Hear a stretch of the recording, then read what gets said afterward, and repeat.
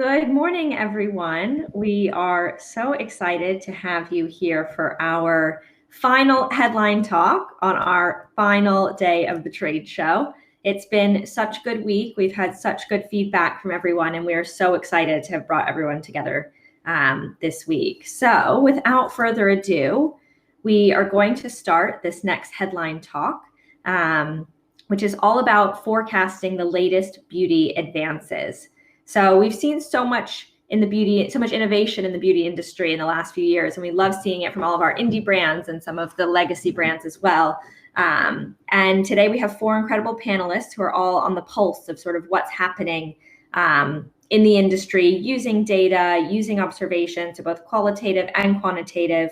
I touched on yesterday during our sustainability chat, which again, you guys can watch all of the talks back on Airfare, that consumers are more educated than ever. But today we'll talk about how businesses have the ability to access huge swaths of data to guide their product development and sort of their larger understanding of the industry. So our panelists today come from an array of backgrounds, but this focus on bringing information to beauty industry insiders really brings them together. So I'm really excited to chat to them about what we're seeing in the industry as a whole, from technology, consumer behavior, and even down to products, ingredients, and packaging. So we'll bring all of our panelists onto this stage. Welcome, everyone. Thank you so much for being here. And I think to start, what we'll do is really just go around and do a quick intro about you, about your career, and the company you're representing today. So we'll start with Nidhima. Hi, everyone. Thank you for having me. Really excited to be here. As a brief intro, I started my career in investment banking. I was incredibly bored, but I learned a lot about data. Then I qualified at the London School of Beauty as a beautician and makeup artist. And then I launched the first price comparison website for beauty called My Beauty Matches. And then I also launched a B2B company called Beauty Matching Engines, which allows beauty brands and retailers to offer personalized product recommendations the way Amazon does, but with additional beauty data layers. So I'm all about beauty, innovation, tech, and data. Great, thank you. And Michael? I'm the creative director of BEAUTYSTREAMS, but actually my background lays in fashion initially. I actually worked for Fashion Forecast. So let me just very quickly share a deck about BEAUTYSTREAMS, obviously not about me, it's not so interesting. So if you could just give a quick summary of it. Yeah, of course. So we can get through, that would be great. Yes, of course, very quickly. So BEAUTYSTREAMS is a foresight company, and we specialize in beauty, actually. We're an American company. As you can hear, I'm totally not American. I'm German, and I'm based in Paris, and that's kind of the DNA of BEAUTYSTREAMS. We displaced and placed all around the world on 6 different continents. We have 2 different services. One is more online subscriptions, so which is the main business, and the other one is more a bespoke consultancy. We have over 20,000 members in our database, hundreds of companies within our premium members. We have over 200 experts globally, which I lead, and we have over 25 collaborations on 5 continents in very different ways. The types of people who use us are people from these companies. We really target the marketing teams, the product development teams, and we proceed with a trend funnel, which is very aligned actually with today's talk, because we always look at the big picture first, the market consumer movements, then go into the beauty movement, so those trends within the next 3 years, which are relevant for the beauty industry. Then look into the marketing and storytelling concepts, which are more around the look and feel, the seasonal stories. And of course, we do a lot of reporting being interconnected with the beauty industry. Great. So that's just in a nutshell what we're actually doing. Wonderful. And we're actually, BEAUTYSTREAMS is offering a free trial day using their platform to anybody here who wants it. So Sam will put in the audience chat how you can access any of our offers. And Lisa, you're up next. Thank you, Margot. So I'm the senior beauty editor at Stylus, which is a global trends intelligence service. And I've spent over 10 years sort of trend forecasting and tracking the latest innovations in beauty product development from around the world. So I provide analysis on emerging shifts in the industry, key consumer groups, and sort of future-focused directives. Totally beauty product obsessive. We love it. And then Stylus is also offering a free beauty report on that same link that Sam's going to post. So thanks so much, Lisa. And then finally, last but not least, we have Sallie. Go ahead. Good morning. My name is Sallie Berkerey. I'm the Managing Director of Cosmetic Executive Women at CW, we'll call it from now. I joined in June 2019, having had a 24-year career at a company called Condé Nast Publications, where I had the privilege of working on Vogue. First of all, I moved to the launch team of Glamour for 13 years, and then back to Vogue in 2014, where I worked on the 100-year celebrations of British Vogue. And then we transitioned, of course, to the launch of New Vogue under the visionary editor and publishing director Edward Enninful and Vanessa King-Gorey. The common thread through all of this, I was on the commercial side of those publications, was that I always was passionate about beauty. And, you know, even working at a title like Vogue, people thought I was very peculiar, not wanting to go to the shows and look after fashion. But beauty really is where my heart is. And I'd always been a member of CW throughout my career there. But always sat in the receptions of great beauty companies like Estee Lauder and Shiseido, and at launches wishing that perhaps I'd had a career in the beauty industry itself. And so that's when CW came knocking. I certainly wasn't looking to leave publishing, but I decided to make the jump. I'd been in Hanover Square for my entire career, and so joined in the new role of Managing Director of CW, which is a membership organisation for the beauty industry, for those that don't know.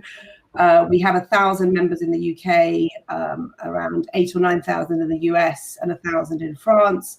And our members tend to be about 50% brands of all different sizes and at different stages of their life cycle. And then the rest of our members are everything else that makes up the industry. So retail, formulation, manufacturing, data providers, media, etc. So that's me. Wonderful. We're so excited to have you all here. And I want to start off by talking about sort of exciting innovations that we've seen in the last 5 years. I sort of feel a lot of the time that beauty is a lot of the same thing recreated. So I'd love to know if there's anything that's innovation, that maybe a product or a technology or something that's really stood out to you. And I'd love to start with Lisa.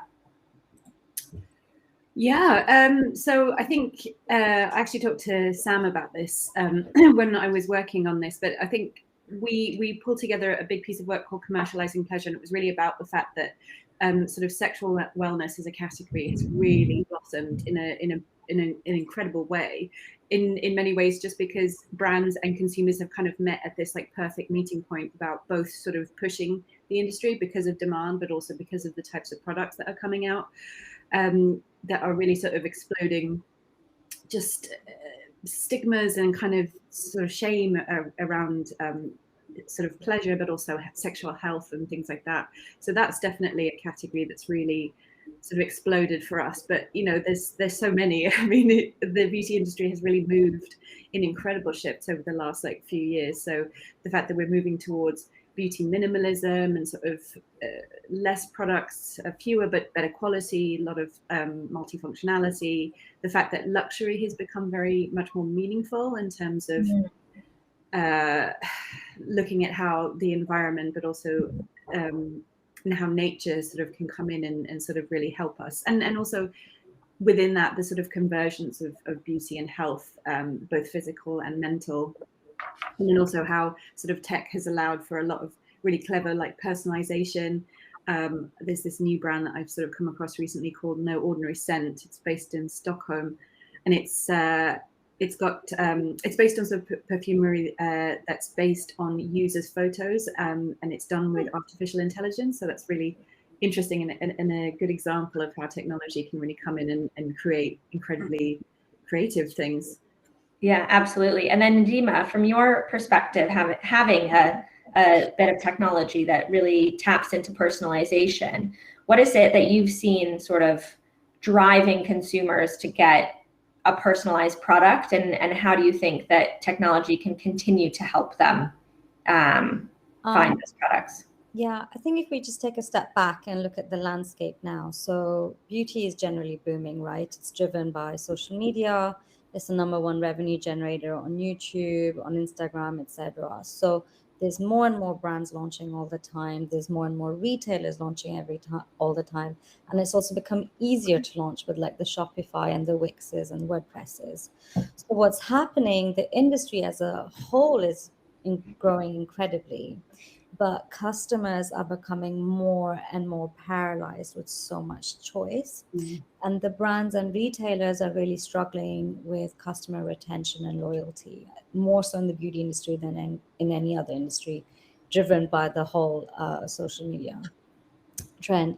So what's happening with personalization right now, personalization beauty has been talked about for a long time.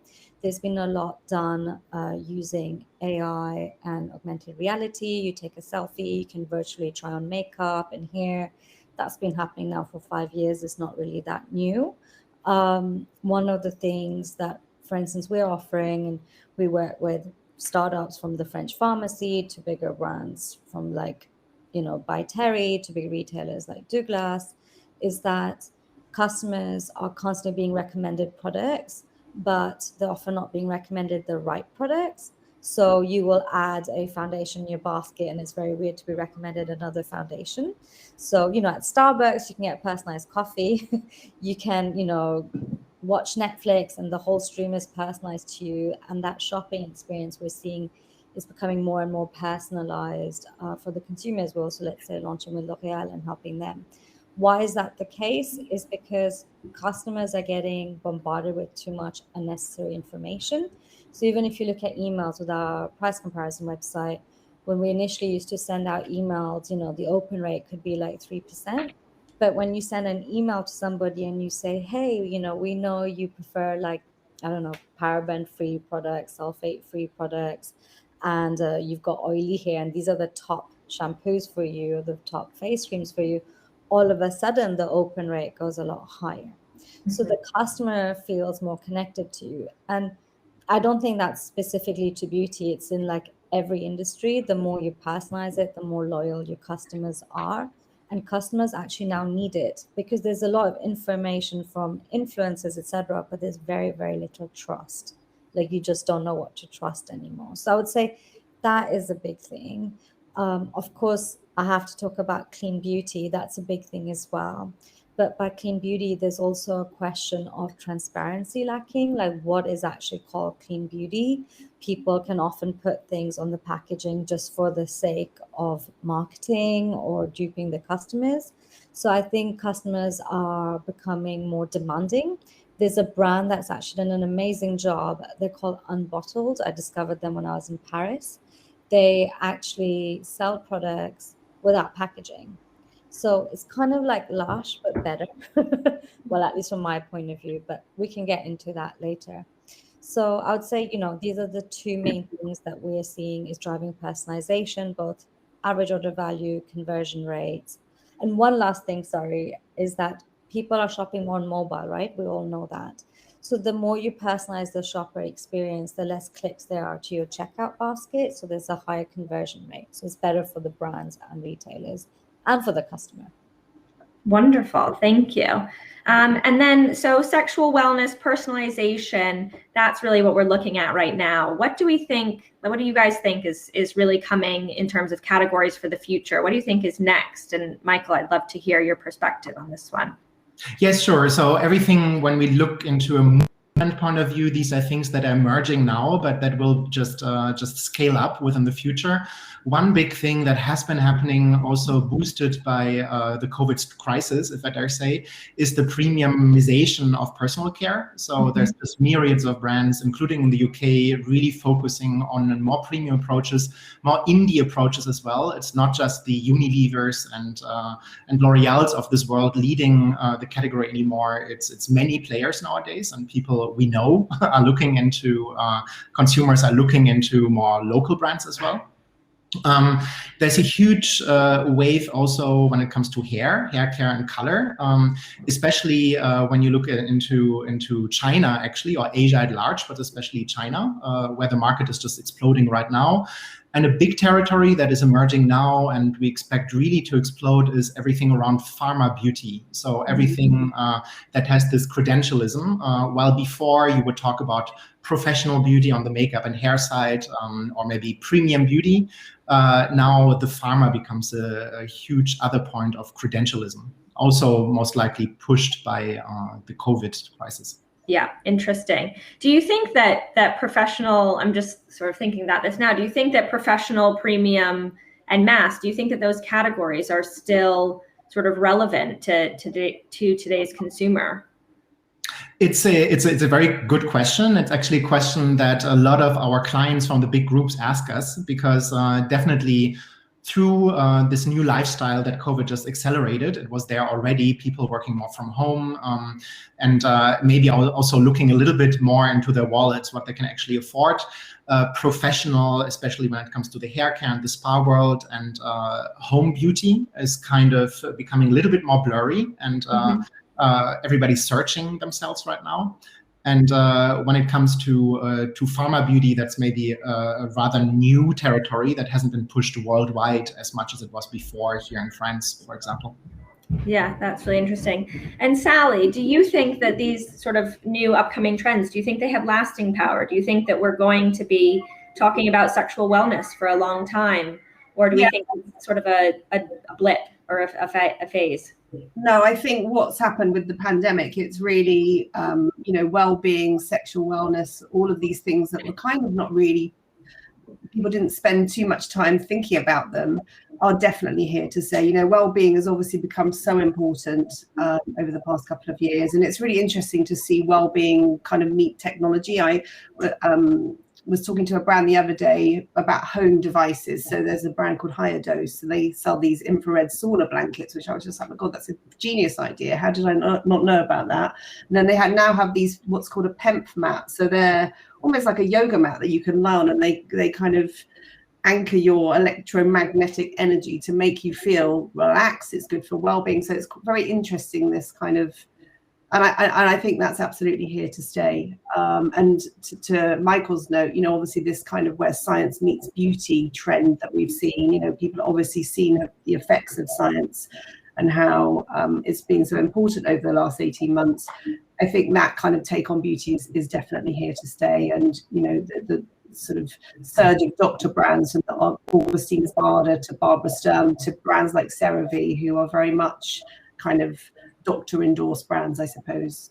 It's probably a terribly untechnical phrase, but it's absolutely true. I mean, CeraVe is endorsed by health professionals, and it's absolutely run off the shelves last year and this year. Yeah, one of my personal favorites. I think it's interesting that we're going in a direction of science, but then we're also seeing a major resurgence of sort of ancient practices, and Ayurveda is becoming big, and Chinese medicine, and really exploring sort of the ancient with the modern and the medical. And Lisa, I'd love to hear your perspective on that.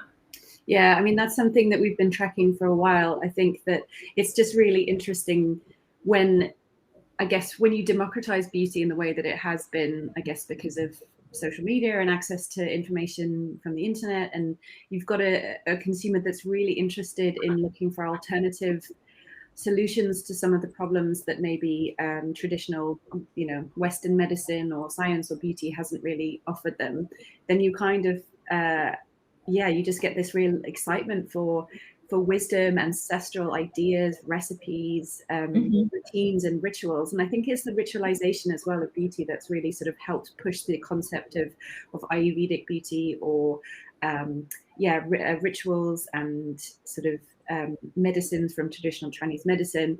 And we're also seeing that, like, in terms of consumer interest, there's also this lovely sort of lens that's being focused on sort of micro communities or sort of smaller groups. So I really like this brand called Kohli Beauty.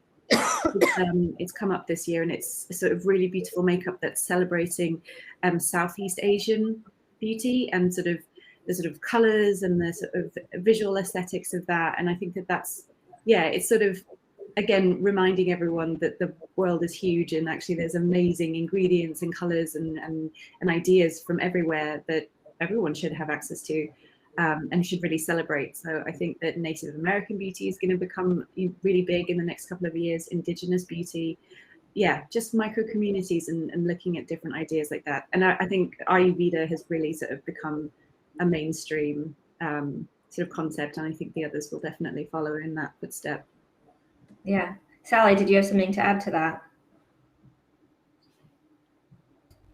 No, that's absolutely it kind of covered everything I was going to say, actually. So. Great, wonderful. Nidhima, I saw you nodding, and have you been seeing sort of more of your brands coming to you for that sort of the diversity of different types of medicalized versus traditional and ancient rituals? Actually, I think Lisa just really hit the nail on the head, or even Margot, what you were saying. There's definitely two extremes now. Like one is very like cosmeceutical, high functioning, etc. We, for instance, just signed on a brand called Evatherm because they want to not just have these kind of high performance products, but they also need to be able to guide customers on how to use them with a digital beauty assistant or AI driven beauty assistant. And then on the other hand, you've got the other extreme, or which is all about natural, etc. So there's a brand in India called Mama Earth. I think they launched only 3-4 years ago, and they're already like making $80 million a year. Wow. So obviously India has a big population, but apart from that, it's just one of those brands which is for parents and safe for kids, and it's like all natural and Ayurvedic, etc. And it's really just started booming there, and I'm pretty sure that's going to trickle down over here as well. Yeah, absolutely. And if I may add something, actually what we see a lot in the end is also brands trying to combine the best of both universes, of course. It's not just about saying, oh, it's natural, esoteric, and gentle, and on the other hand, it's like super efficient, and we don't care about sustainability. In the end, it's in the middle. And what we see, especially, again, I talk a lot about Asia because we conduct a lot of studies in Asia because that's where innovation comes from from a big part right now.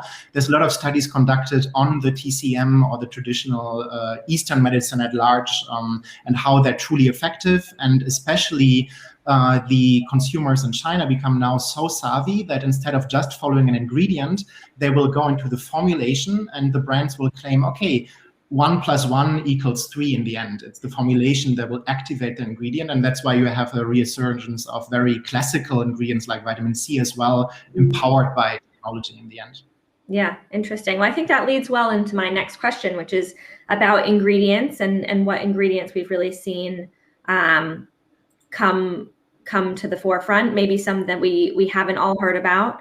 I'd love to hear from, let's start with Sallie, any ingredients that have appeared in your world that has really surprised you. I mean, obviously we're all obsessed with retinol, vitamin C, salicylic acid, niacinamide. My kids are teenagers, and even they are aware of, can they have some product with some Paula's Choice niacinamide, and certainly myself as a teenager wasn't even aware of that. So I think that's obviously going to build. The thing that I'm really interested in is this upcycling type concepts. So brands like Upcycled, which uses things like coffee grinds and the fruit stones from olives, which have great vitamins A, C, and E, and things like byproducts of chai spices, which are used obviously in, when we go to our local coffee shops and things, which can be used to make products smell great.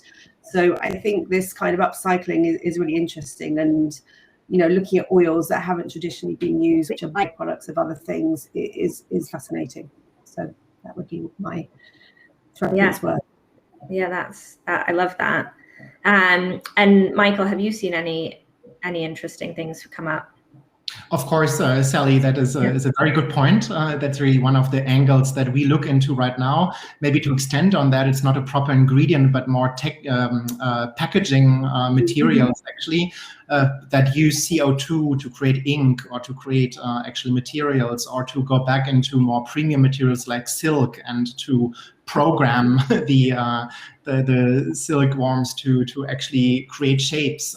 So there's a lot of interesting things happening in packaging as well, that are not the ingredients but materials that are used. Yeah, I think we could do an entire talk on packaging, because it's fascinating to see all of the, especially in the context of sustainability. I think, okay, get rid of plastic and then add glass. Well, then making something glass makes it heavier and increased carbon footprint in the transport. So really sort of figuring out what that right packaging is.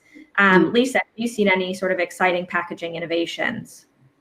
Well, I mean, I think it's again ingredient based. I'm really excited by like mushrooms. Yeah. I mean, both but packaging in terms of that, and I think it's about learning from nature. I think what I'm really excited about seeing is both formulation of the product itself and the packaging that's kind of looking at sort of micro sort of biodiversity and like looking at how fungi works and how sort of the microbiome and probiotics and things like that, and sort of taking those learnings and then trying to then put it into something like skincare or packaging.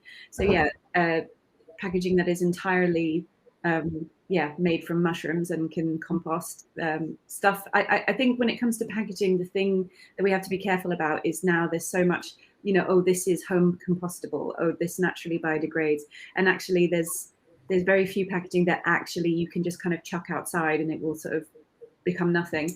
But I think there is some innovation in terms of like tampons that the wrapper, you can literally dip it in water and it just disintegrates and stuff like that. I think is really exciting in terms of packaging. But then in terms of ingredients that are being used in products as well, I think that there's so much scope for and so much excitement around ingredients that are kind of like CBD. So CBD alternatives. There's this brand in LA called Peels, and it gets its CBD from I think it's orange peel rather than from hemp, which I think is quite exciting. And then just things like nervines and products that have really come from food and now sort of coming into beauty to sort of tap into that health element that I was talking about before. I think that's where there's going to be a lot of excitement. Yeah, definitely. I think the mushrooms is a great shout, because we've been hearing a lot about these adaptogenic mushrooms and everything, and I don't feel like anything's really quite come yet, but it definitely feels like it's just about to explode. Yeah, Wildcats in the US is really sort of basing a lot of its stuff on mushrooms. It's a Gen Z brand. It's really cool. Amazing. Yes, Sallie.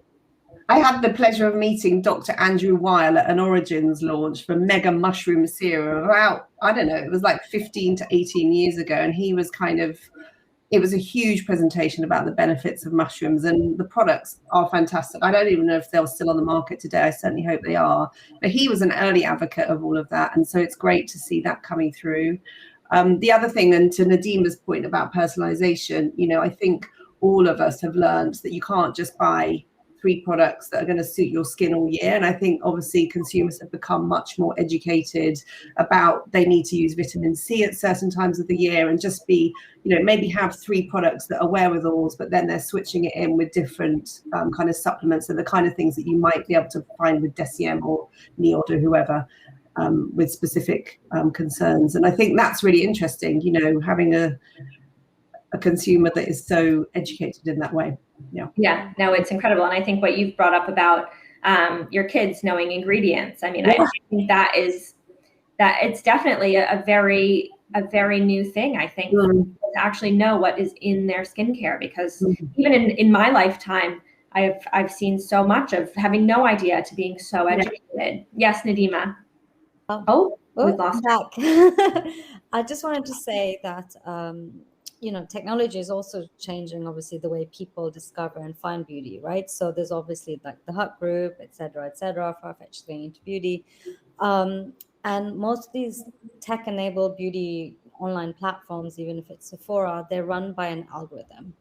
And I was doing a talk in cosmetics 2 years ago, pre-COVID, and the whole topic was about how technology is going to change the way people discover and buy beauty products and the algorithms we're developing. So I've developed an AI company. Other people out there are also developing AI companies.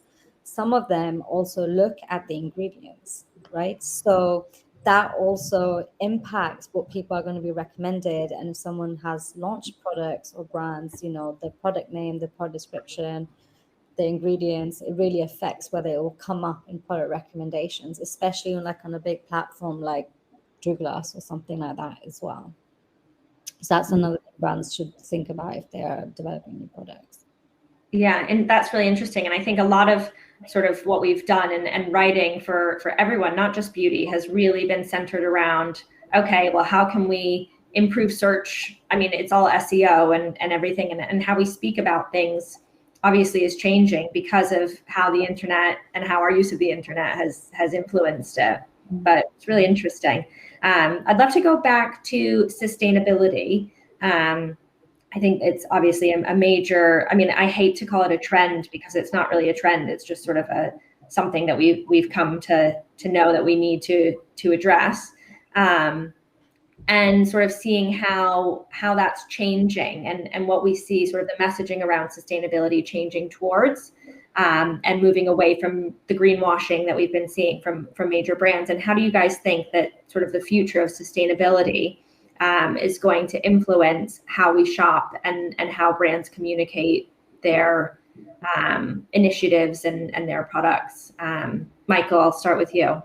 Yeah, sure. I mean, it was mentioned throughout the talk today already a lot that transparency is key. So consumers are very critical, and it's okay to say as a brand, hey, we're not 100% natural and sustainable, but we're working on it.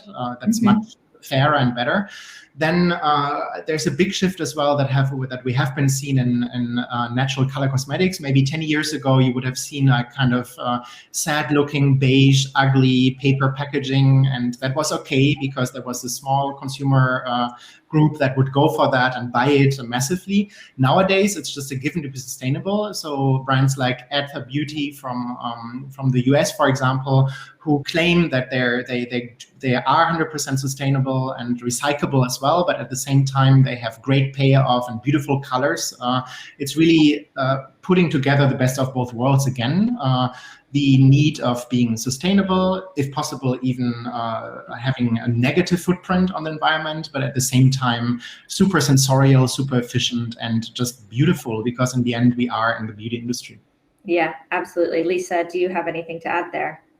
Yeah, I think that sustainability has moved on in a massive way. I think it's kind of gone from something that's been based almost entirely around like the plastic packaging and sort of reducing that to encompassing the sort of the whole scope of the production process of the product, from the ingredients and how that's being sourced, to the energy and the water that's being used in the making of the product, and then obviously the packaging as well. So I think that, you know, as has been said, like the consumer is a lot smarter, they're savvier, they want that transparency, and yeah, it's definitely much better to sort of say, yeah, we're working on it.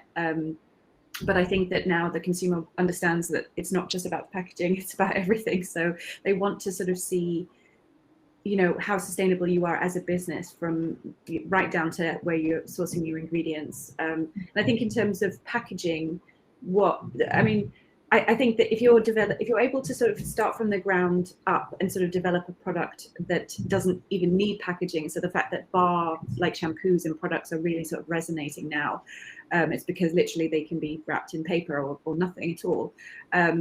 But what I'm enjoying seeing is the fact that refillable packaging and the concepts that are now coming in store to really, or direct to consumer, that really sort of making it a lot easier to shop with and buy products that you can then refill.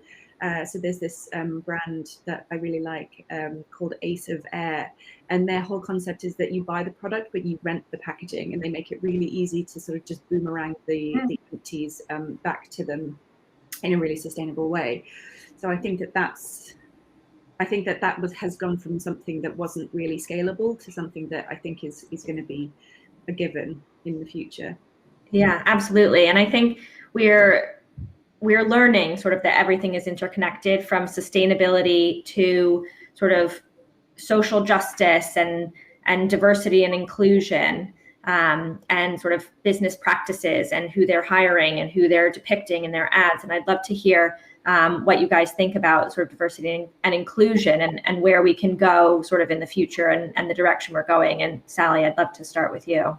Yeah, sure. I mean, obviously, you know, my background was in magazines, and I saw the effect firsthand of when New Vogue launched, of it becoming a publication which was much more inclusive, much more representative of what British consumers look like. And that's obviously rolling out around the world.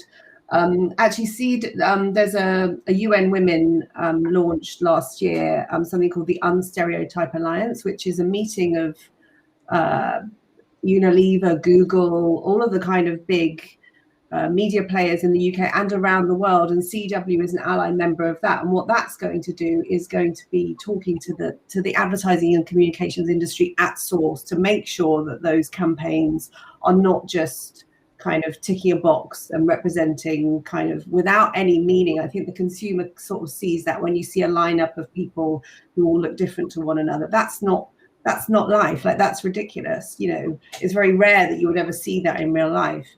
And so I think it's this, you know, the consumer isn't dumb. We have to be authentic. Brands have to understand how they can communicate and be inclusive to all. And, you know, the effects on business are proven, and it's only going to become, you know, it's important. If you want to be successful, you have to be inclusive in your communications. And we're very, very passionate about that at CW, and encouraging all of our member brands to take part in the Unstereotype Alliance. So. And Nidhima, I'd love to talk to you about sort of diversity and inclusion in AI, which I know has had sort of traditionally a little bit of a bad rap for being trained on majority white men. So I'd love to see sort of how your experience with AI algorithms can really support diversity and inclusion.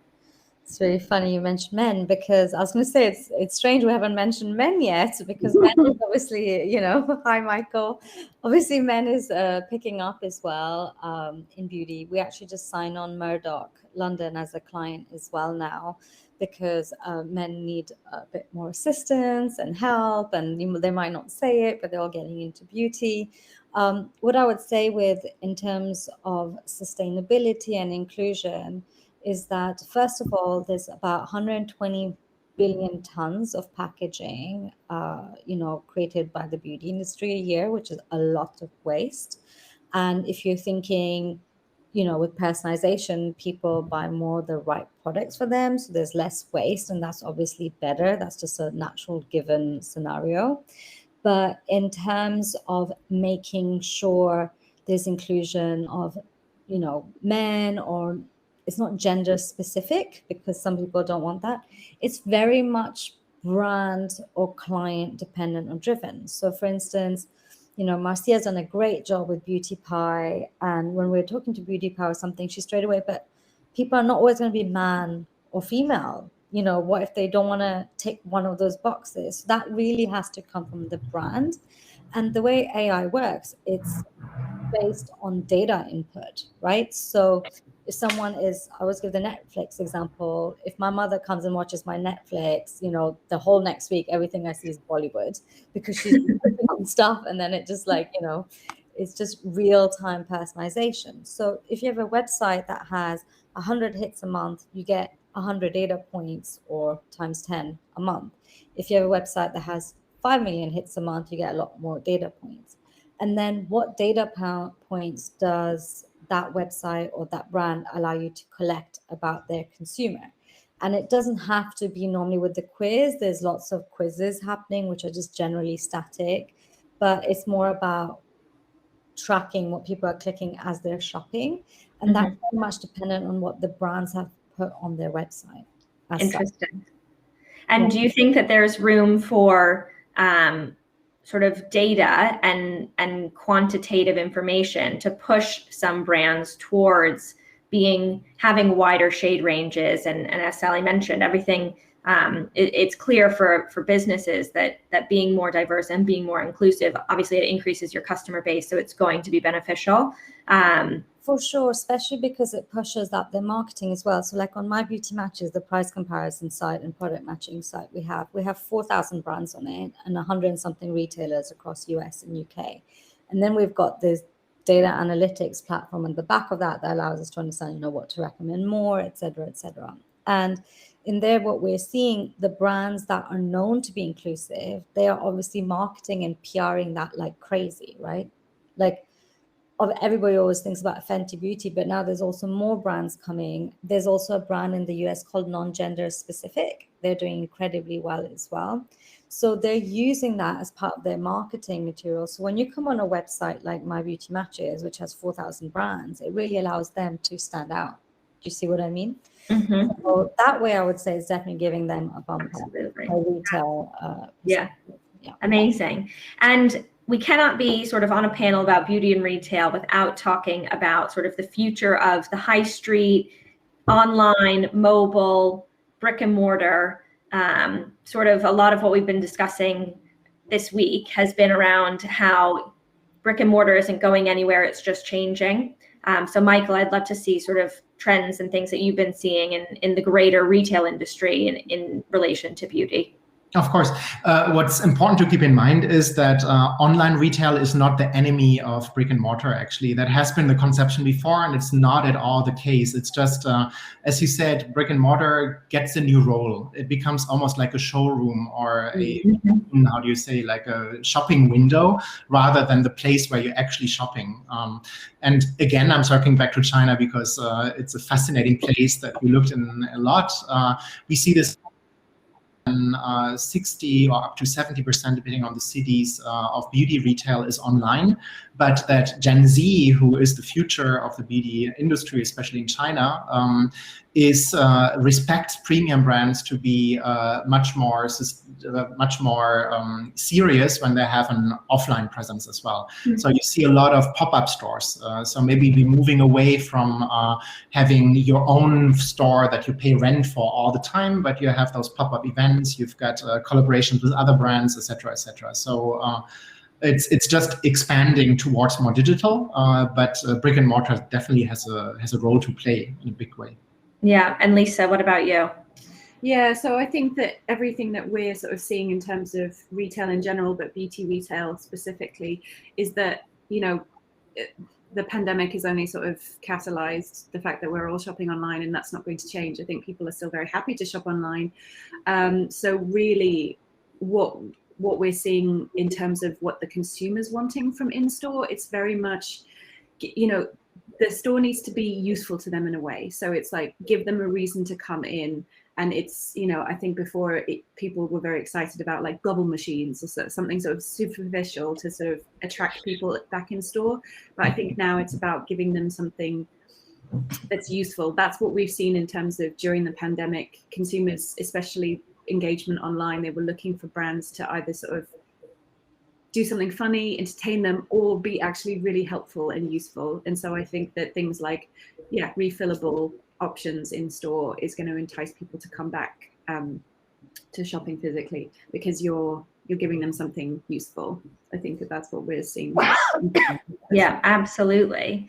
And Michael, we have a question in the chat about sort of going back to your point about the Chinese market and the wider Asian market being very unique. What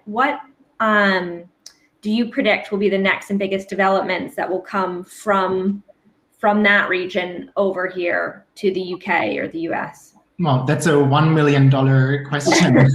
Let me think about all the different aspects, of course.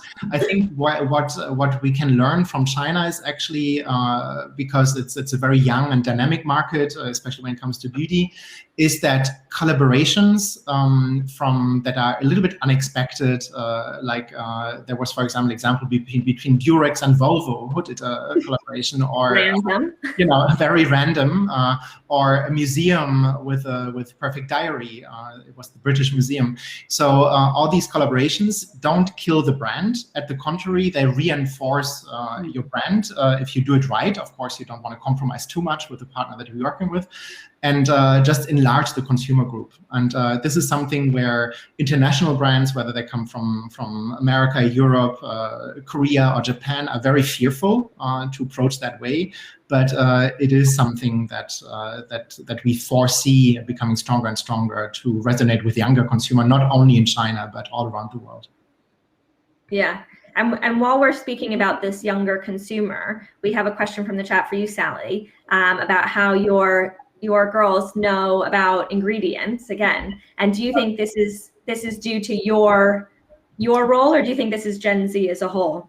I think it's Gen Z as a whole, because actually I've got a daughter, and even my son is aware of ingredients. With 15, like you know.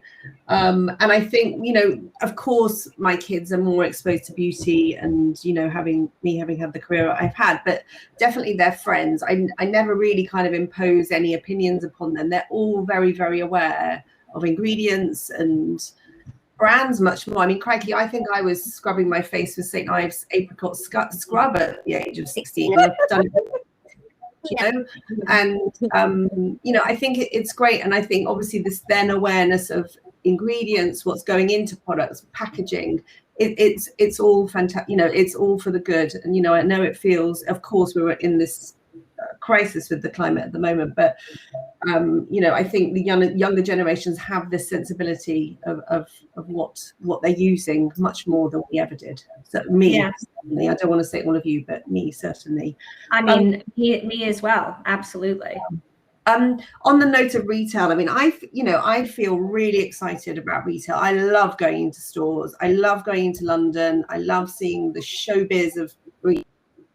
Of course, I love shopping online, but I think it's going to be great for us as consumers to have all of those options. And I think all of the brands that we're talking to have realized that they can't just be spectacular on one of their channels. You can't just be brilliant at e-commerce and forget everything else. So I think in the end, you know, whilst it has been very challenging the last 18 months globally, I think we're going to see some really good innovations in retail. There's things like Showfields, which is in New York, which I'm sure many of you will be familiar with. But what that is a showcase for D2C brands in the physical world. And what they've done there is phenomenal. So if we can start seeing things like that in the UK, I think that'll be brilliant. And I think also shop assistants have had to become, across many of the brands, Boots, Dermalogica, just to think of a couple, Deciem, kind of online advisors to their consumers. So I think therefore when you go into store, you're having they're acting slightly differently. So I really hope that out of all of this, of course e-commerce has surged forward, it's, you know, but physical retail we know is so important in informing the consumer choice. So, yeah. And I think a lot of what people are looking for in brands now is that amazing brand story, that connection. How do you think that retailers can do a better job sharing that with their consumers? I mean, from my point of view, I know, you know, even though I am fairly knowledgeable about beauty products, I was going into stores and it was just the shelves loaded with products. And I don't think it needs to be that way. I think brands need to maybe think about showcasing hero products. It doesn't need to be as much on shelf, because once you've got the consumer engaged with the brand, with whatever you're doing in store, then they will discover you online or on social and realize that there's 50 other products that they produce that might be right for them. So I think that for me would be a great breakthrough, would be to just have clearer signage in store, you know, less to look at, you know. Yeah. More of an edit. And I think that's been something that the greater personalization, curated edit, that kind of thing. Yeah, the greater retail industry has been focused on, at least in my background, I was in merchandising at Saks, Fifth Avenue in New York. And that was back in 2014, 15. And everything was focused on of reducing breadth and decreasing depth, because you can't be everything to everyone. And I think for that, we all have Amazon, right? If you want everything, you go to Amazon. But if you really want to be sort of find somebody's edit, find their sort of ethos and their understanding, is you need to cut back and you need to pare back. And I think that's been sort of one of the most exciting things to see in retail right now. And we're seeing a lot of niche shops focused just on sleep, shops focused just on menopausal beauty, or and I'd love to know if, Lisa, you've seen sort of similar trends. Sorry, can you just repeat the question? So sort of going niche. So you have sort of Amazon for the broad, buy everything in one place, but how do smaller retailers find an edit, and have you seen more of a more niche market building?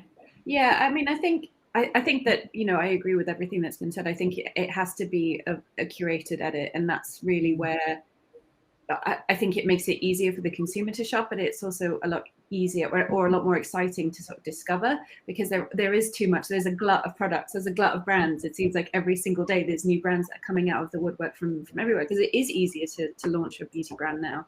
And so I think it's about looking at sort of what the consumer is looking for and what the consumer is needing, and then sort of pulling that together in a really exciting way. So, you know, we talked about sexual wellness already. Like there was some really beautiful like Nordstrom pop-ups with, you know, independent brands that are really trying to beautify sexual wellness products and sort of make them a lot more appealing. And so there was like a curated edit of like sex toys and lubricants and CBD based products.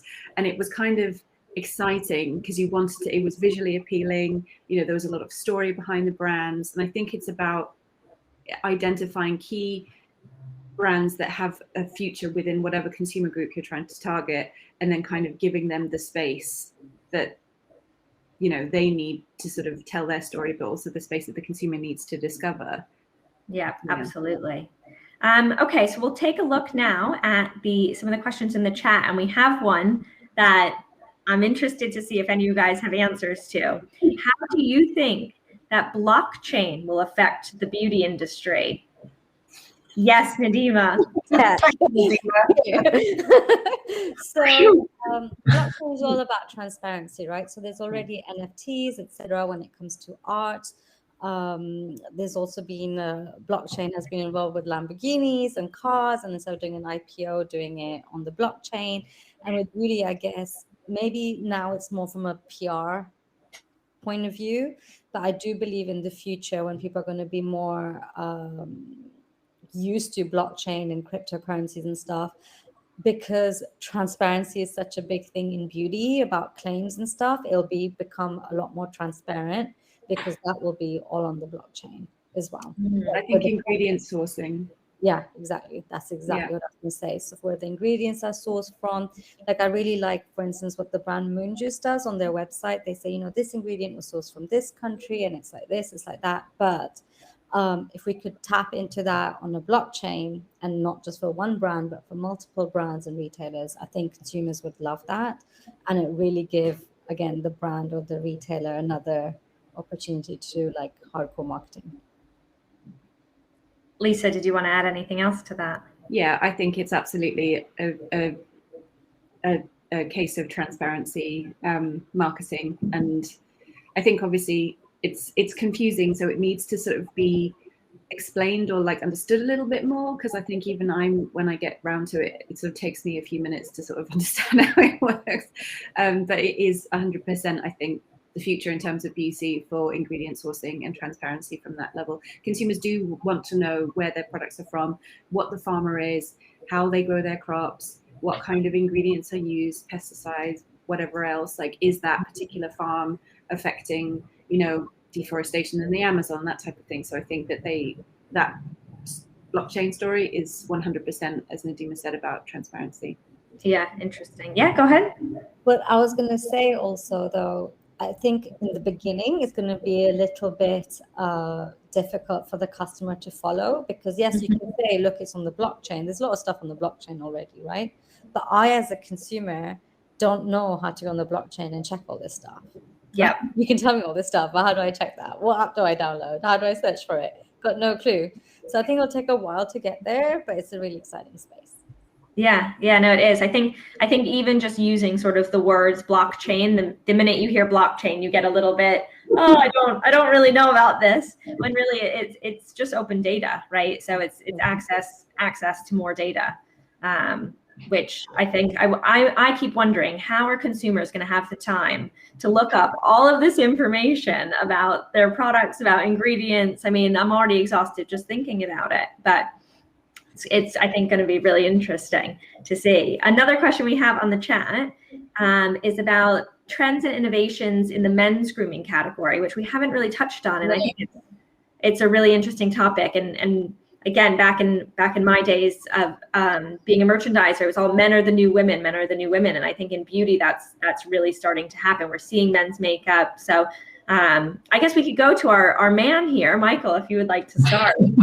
I'm the worst consumer, first of all, so I'm not representative. But when we conduct studies about Gen Z again around the world, whether it's in America or in China, the young generation right now grew up with the idea, the young generation of men grew up with the idea that skincare is just part of life. It's the way that you buy underwear or clothing or whatever, you also have your own skincare. So we're far from the middle-aged men like me who think like, oh, maybe I shouldn't talk about it. So it's totally okay nowadays to assume that that young men like skincare. When it comes to makeup, it's still quite niche. It's much less taboo, of course, than it was before. And here again, when you look into Korea, into Japan, and to China, this is where it's totally accepted to use a foundation or to use a lip balm that you actually see that is slightly tinted. When it comes to the Western consumers, we're not there yet. And we actually doubt that we will go there in a mass way. It will still be part of a niche market. And then there's this more universal approach, of course, that is more unisex as well, that then can attract young men and women, because in the end, the gender definitions are not such a big deal for the young generation anymore. Yeah, absolutely. Sallie, do you have something to add to that? Yeah, I mean, I met a brilliant brand founder called Jake Zhu, who has founded a brand called Shake Up Cosmetics with his brother, I think.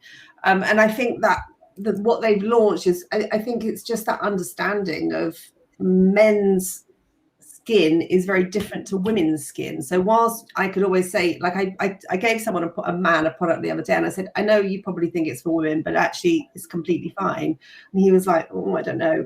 So I think, I think there is this recognition that men's skin is physiologically different to women's, and this kind of mixing of skincare benefits with some form of cosmetic SPF type stuff is absolutely the way forward. I think it's bloody brilliant. Sorry to swear, but I think it is. I think it's, a long time coming. And, for many years, obviously Clinique had supplies for men, which, I know many of my friends have used, but it's good to see counters, stores, pop-ups specifically catering to men. I think it's incredibly important. And then there are brands like Deciem and Neod, who I keep referencing, but those are very kind of everyman products. The packaging doesn't speak to one particular gender. It's very accessible, very inclusive, and that's why they're so successful. Yeah, absolutely. I think the inclusivity is key, and the sort of the neutral, gender neutral. And it's I think that the blurring of the boundaries is definitely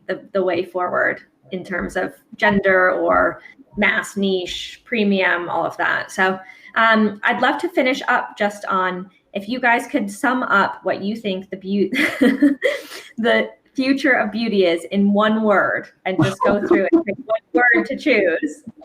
I'd love to go around. And sorry, Nidhima, I'm going to start with you because you're at the top of my screen. Well, obviously for me, it's going to be very personalized. Amazing. Thank you. And Michael? I'll take a couple of words, maybe, if I may. I'll give them to you. The main thing is slowing down in terms of frequency of launching, and offer products that are meaningful. And if I may give one example, it's Clinique's Black Honey Almost Lipstick that had a huge buzz on TikTok recently. It's a product that was launched, the color was launched in 71, and the product in 89, and now it resonates with Gen Z. So it shows you don't have to constantly launch with a fast fashion approach. You can slow down and rely on what you already have developed, actually. Love it. Lisa? Hyper inclusivity. Love that. A hyphenate, not a hyphenate word. Very good. And Sallie, finishing with you. I think for me, across everything, it's authenticity and honesty. Really important to me.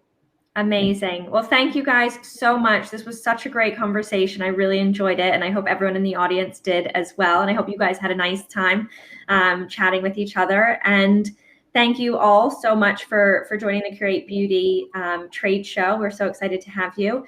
And we have a few more talks coming up today. Our curated talks, which are some more product and brand pitches, and we'd love to see you there. So thank you all so much. Thank you. Thank you. Have a good day. Bye. Bye.